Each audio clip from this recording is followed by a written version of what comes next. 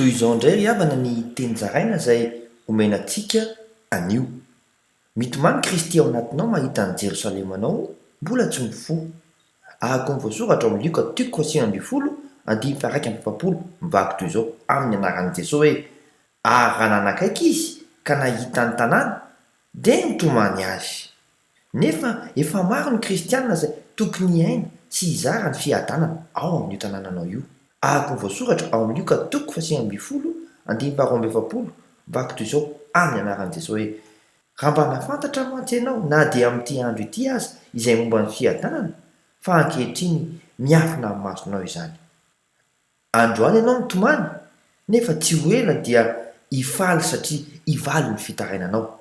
Ho Jerosalema vaovao an'i Kristy ny tanànanao. Matokia, mandra-pioana tompoko.